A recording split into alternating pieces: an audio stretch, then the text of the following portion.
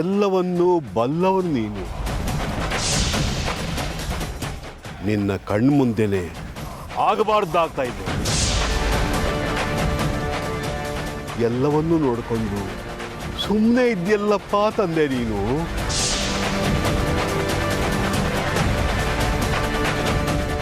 ಯಾವುದೇ ಕಾರಣಕ್ಕೂ ಈ ಅನಾಹುತ ಆಗೋದಕ್ಕೆ ಅವಕಾಶ ಮಾಡಿಕೊಡ್ಬೇಡ ತಂದೆ. ನಾಗಪುಷ್ಪ ಆ ದುಷ್ಟನ ಕೈವಶ ಆಗದೆ ಇರೋ ಹಾಗೆ ನೋಡ್ಕೊಳ್ಳೋ ಜವಾಬ್ದಾರಿ ನಿಂದು. ನಿಷ್ಪ್ರಪಂಚಾದಿ ನಿಷ್ಕಲಂಕೋಹಂ ಓಂ ನಮಃ ಶಿವಾಯ.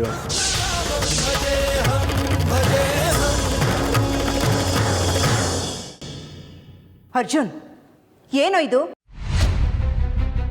ಓಹೋ, ಯಾರೋ ಅವಾಗ್ಲಿಂದ ತುಂಬ ಓವರ್ ಕಾನ್ಫಿಡೆಂಟ್ ಆಗಿದ್ರು. ಸತ್ಯ ಸಾಕ್ಷಿ ಅದು ಇದು ಅಂತ ಭಾಷಣ ಮಾಡ್ತಿದ್ರು. ಪರವಾಗಿಲ್ಲ ಅಮೃತ, ನೀನು ಅವಾಗವಾಗ ನಿಜ ಹೇಳ್ತೀಯ ಅಂತ ಗೊತ್ತಾಯ್ತು. ನೋಡಿದ್ರ ಅತ್ತೆಮ್ಮ, ಸುಮ್ಮನೆ ಪಾಪ ನೀವು ಅಮೃತಂಗೆ ಬೈದ್ರಲ್ಲ. ಈಗ ಅರ್ಜುನ್ನು ಈ ಬಾಟ್ಲನ್ನ ಮನೆಗೆ ತಂದಿಟ್ಕೊಂಡು ಕುಡಿತೀನಿ ಅಂತ ಅಮೃತಂಗೆ ಹೆದರ್ಸಿದ್ದು ಅಲ್ಲದೆ ಸುಳ್ಳು ಹೇಳಿ ಸಿಕ್ಕಾಕೊಂಡಿದ್ದಾನೆ. ಏಯ್, ಏನೋ ಇದು? ಇದೇನು ಮನೆನಾ ಬಾರ? ನಿನಗೆ ಮದುವೆ ಆಗಿದೆ, ಮನೆಗೆ ಹೆಂಡತಿ ಬಂದಿದ್ದಾಳೆ, ಅವಳು ಮುಂದೆ ಮರ್ಯಾದೆ ತೆಕ್ಕೊಂಡಿಯಲ್ಲ, ನಾಚಿಕೆ ಆಗೋದಿಲ್ವಾ ನಿನಗೆ? ಆಹಾ, ನಗ್ತಾರೋ ನೋಡು, ಬೆಕ್ಕಕ್ಕೆ ಚೆಲ್ಲಾಟ. ಆದರೆ ಇಲ್ಲಿಗೆ ಪ್ರಾಣ ಸಂಕಟ. ಮಾತಾಡು ಅರ್ಜುನ್, ಇಷ್ಟೊತ್ತವರೆಗೂ ದೊಡ್ಡ ದೊಡ್ಡ ಡೈಲಾಗ್ ಹೊಡಿತಿದ್ದೆ, ಈಗೇನಾಯ್ತು? ಬಾಟಲ್ ನೋಡಿ ಬಾಯಿಗೆ ಬೀಗ ಬಿತ್ತಾ? ಚಿಕ್ಕಮ್ಮ, ಇಷ್ಟೋ ತನಕ ತಾನು ಹಾಲು ಕುಡಿಯೋ ಮಗು ಥರ ಇನ್ನೋಸೆಂಟು ಅಂತ ತೋರಿಸ್ಕೊತಿದ್ದ. ಈಗ ಆಲ್ಕೋಹಾಲ್ ಬಾಟ್ಲ್ ಇಟ್ಕೊಂಡು ಸಿಕ್ಕಾಕೊಂಡಲ್ಲ, ಪಾಪ ಸೈಲೆಂಟ್ ಆಗೋಗಿದ್ದಾನೆ. ನೋಡು ಅರ್ಜುನ್, ಇದೇ ಮೊದಲು ಇದೇ ಕೊನೆ. ಹೋಗ್ಲಿ ಪಾಪ ಅಂತ ಈ ಸಲ ಬಿಟ್ಟಿದ್ದೀನಿ. ಇದೇ ನೆಪ ಇಟ್ಕೊಂಡು ಮತ್ತೆ ನೀನೇನಾದ್ರು ಇದೇ ತಪ್ಪು ಮಾಡಿದ್ರೆ ನಾನು ನಿನ್ನ ಮೊಮ್ಮಗ ಅಂತ ಕೂಡ ನೋಡಲ್ಲ. ನಾನು ಕೆಟ್ಟೋಳಾಗಬೇಕಾಗುತ್ತೆ, ಹುಷಾರ್.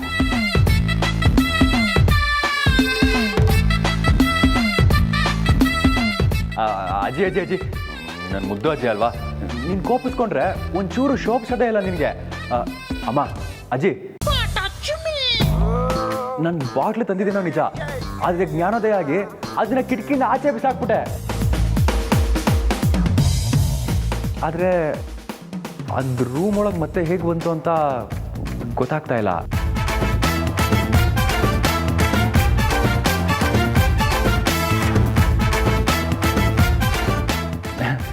ನನ್ನ ನಂಬಿ ಪ್ಲೀಸ್. ಓಹೋ, ಹಾಗಾದ್ರೆ ಬಾಟ್ಲು ತಾನೇ ಓಡೋಡಿ ರೂಮ್ ಒಳಗಡೆ ಬಂತಾ? ಇಲ್ಲ ಅಜ್ಜಿ, ನನಗೆ ಯಾಕೋ ಇದು ಮುದ್ದುಗುಮ್ಮ ಅಂಜಲಿದೆ ಕೆಲಸ ಅನ್ಸುತ್ತೆ.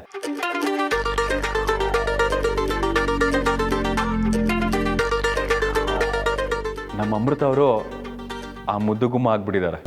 ಕಡೆಯಿಂದ ಸಮಸ್ಯೆ ಆದರೂ ಆಗ್ಬೋದಮ್ಮ.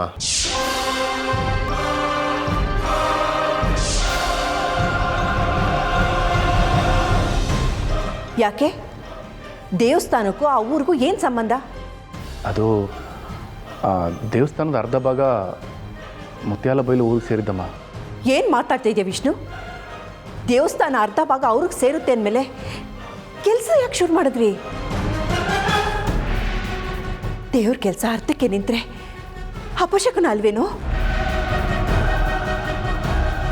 ಏನ್ರೋ ನೀವು ಹಿಂದೆ ಮುಂದೆ ವಿಚಾರಿಸ್ದೆ ಯಾಕಿಂತ ಕೆಲಸ ಮಾಡ್ತೀರಾ? ಈಗಾಗಿರೋ ಅನಾಹುತಗಳೇ ಸಾಲ್ದ?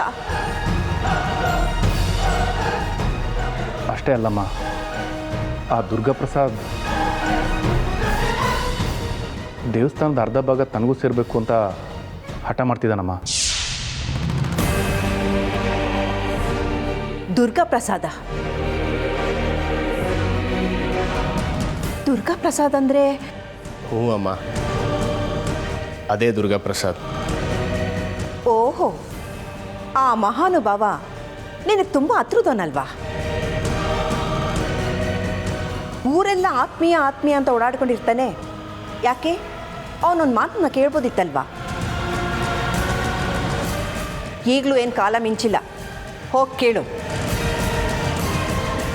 ಅವನು ನಮಗೆ ಆತ್ಮೀಯನೇ ಇರ್ಬೋದು, ಆದರೆ ಅವನ ಮಾತು ಕೇಳೋದು ಅನುಮಾನನೇ ಅಮ್ಮ.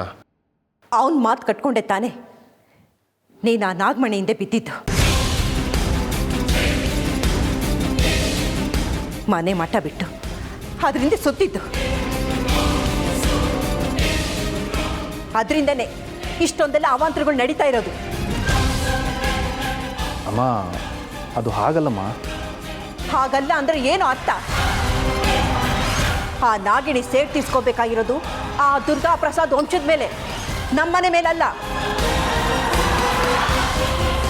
ಅವನಿಂದನೇ ನನ್ನ ಮಕ್ಕಳು ಮಾಡಬಾರ್ದು ಕೆಲಸ ಮಾಡಿ ಈಗ ತೊಂದರೆಲಿ ಸಿಕ್ಕಾಕೊಂಡಿರೋದು. ಆ ನಾಗಿಣಿ ಸೇಡ್ಗೆ ಮೊದಲು ಬಲಿ ಆಗಬೇಕಾಗಿರೋದು ಆ ದುರ್ಗಾ ಪ್ರಸಾದ್ ವಂಶನೇ ಹೊರ್ತು ನಮ್ಮನೆ ಮನೆತನ ಅಲ್ಲ. ಅಮ್ಮ, ಹಳೆ ಕತೆ ಎಲ್ಲ ಯಾಕೀಗ? ಬಾಬಾ ಹೇಳಿದಾರಲ್ವಾ ನಮ್ಮಿಬ್ರಿಗೂ ಯಾವ ಅಪಾಯನೂ ಇಲ್ಲ ಅಂತ. ನೀನು ಸ್ವಲ್ಪ ಸಮಾಧಾನವಾಗಿರು. ವಿಷ್ಣು, ರುದ್ರ, ನೀವು ಏನು ಮಾಡ್ತೀರೋ ನನಗೆ ಗೊತ್ತಿಲ್ಲ. ಯಾವುದೇ ಕಾರಣಕ್ಕೂ ಈ ದೇವಸ್ಥಾನದ ಕೆಲಸಕ್ಕೆ ಯಾವುದೇ ಅಡೆತಡೆ ಬರಬಾರ್ದು. ಇದು ನಿಮ್ಮಿಬ್ಬರ ಜವಾಬ್ದಾರಿ. ಶಿವಲಿಂಗ ನಿರ್ವಿಘ್ನವಾಗಿ ಪ್ರತಿಷ್ಠಾಪನೆ ಆಗಬೇಕು ಅಷ್ಟೇ. ನೋಡು, ದೇವರು 2 ಊರಿಗೂ ಸೇರಿದ್ದೆ. ಹಾಗಂತ ಊರಿನ ವಿಚಾರ ಇಟ್ಕೊಂಡು ದೇವ್ರ ಕೆಲಸಕ್ಕೆ ಯಾರಾದರೂ ತೊಂದರೆ ಮಾಡಕ್ಕೆ ಬಂದರೆ ನಾನು ಮಾತ್ರ ಸುಮ್ಮನಿರೋಲ್ಲ. ನನ್ನ ಅಸಲಿ ವರ್ಷ ಏನು ಅಂತ ಅವ್ರಿಗೆ ನಾನು ತೋರಿಸ್ಬೇಕಾಗತ್ತೆ. ಹುಷಾರ್.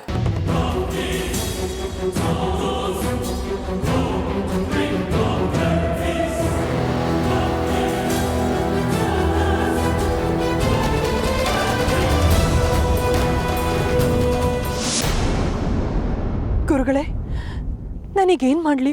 ಓಂ ಶಿವೋಹಂ ನನ್ನಲ್ಲಿರೋ ಶಕ್ತಿನೆಲ್ಲ ನಾನು ಕಳ್ಕೊಂಡಿದ್ದೀನಿ. ಭಜೇಹಂ ನಾನೀಗ ಸಂಪೂರ್ಣವಾಗಿ ಅಸಹಾಯಕಳಾಗಿದ್ದೀನಿ. ನನಗೆ ಯಾವ ದಾರಿನೂ ಗೋಚರಿಸ್ತಿಲ್ಲ. ನನ್ನ ಕಣ್ಮುಂದೆ ಕಾಣಿಸ್ತಾ ಇರೋ ದಾರಿ ಒಂದೇ, ಅದು ನನ್ನ ಸಾವು.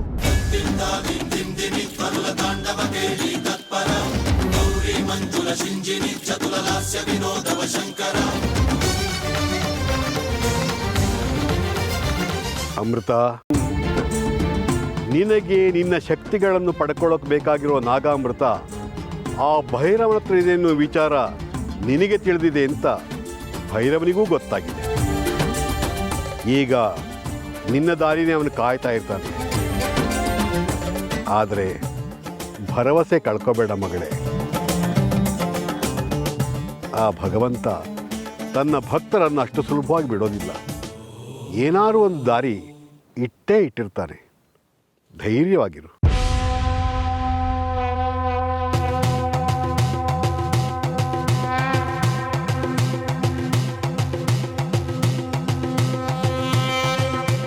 ಇನ್ನೆಲ್ಲಿ ಧೈರ್ಯ ಗುರುಗಳೇ? ನಾಗಪುಷ್ಪ ಆ ಮಾಂತ್ರಿಕನ ಕೈವಶ ಆಗ್ತಿದೆ ಅಂತ ಗೊತ್ತಾದ ಮೇಲೂ ಹೇಗೆ ಧೈರ್ಯ ತುಂಬಿಕೊಳ್ಳಿ ಹೇಳಿ ಗುರುಗಳೇ? ಹಾಗೇನಾದರೂ ಆಗ್ಬಿಟ್ರೆ ನಾಗಲೋಕದ ಎಲ್ಲ ರಹಸ್ಯಗಳು ಅವನಿಗೆ ಗೊತ್ತಾಗ್ಬಿಡುತ್ತೆ. ಆಗ ಅವನು ಎಲ್ಲರಿಗಿಂತ ಶಕ್ತಿವಂತನಾಗ್ತಾನೆ. ಆಗ ಅವನನ್ನು ಸೋಲ್ಸೋದಿಕ್ಕೆ ಯಾರಿಂದನೂ ಸಾಧ್ಯ ಇಲ್ಲ. ಹಾಗಂತ ಆ ದುಷ್ಟನ ಕೈಲಿ ಸಿಕ್ಕಿ ಸಾಯೋದಕ್ಕೆ ನನಗೆ ಇನ್ನು ಕೆಲವೇ ಕ್ಷಣಗಳಲ್ಲಿ ನಾಗಪುಷ್ಪ ನನ್ನ ಮುಂದೆ ಪ್ರಕಟವಾಗೋ ಎಲ್ಲ ಸೂಚನೆಗಳು ನನಗೆ ಗೋಚರಿಸ್ತಾ ಇವೆ.